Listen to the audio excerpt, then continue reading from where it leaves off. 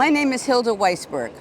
I have been a librarian for more years than I can count. I retired from being a librarian somewhere in the early 2000s after being a librarian for 32 years, and now I teach online pre-service school librarians. I was a school librarian.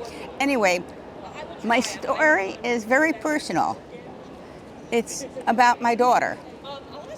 And a long time ago, Judy Blume was the hottest author among the middle reader set. And my daughter was in 4th grade.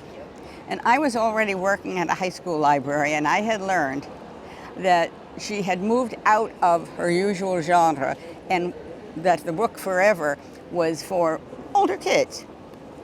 And my daughter comes off the school bus and she said, "Mom, you said I can read any Judy Blume book I like except for Forever.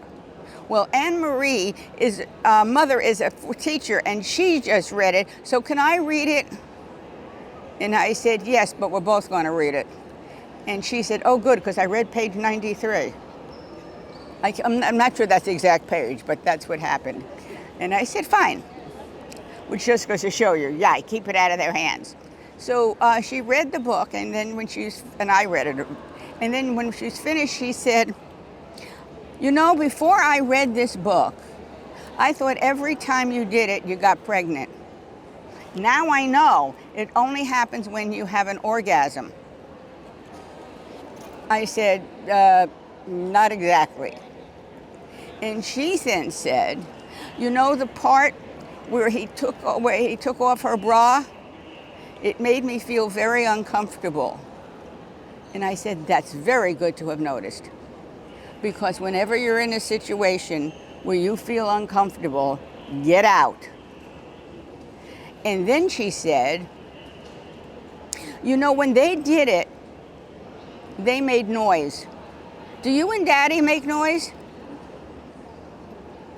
And I said, "That's personal. And when you get up to that age, I'm not asking you those questions." By the way, she's now an author.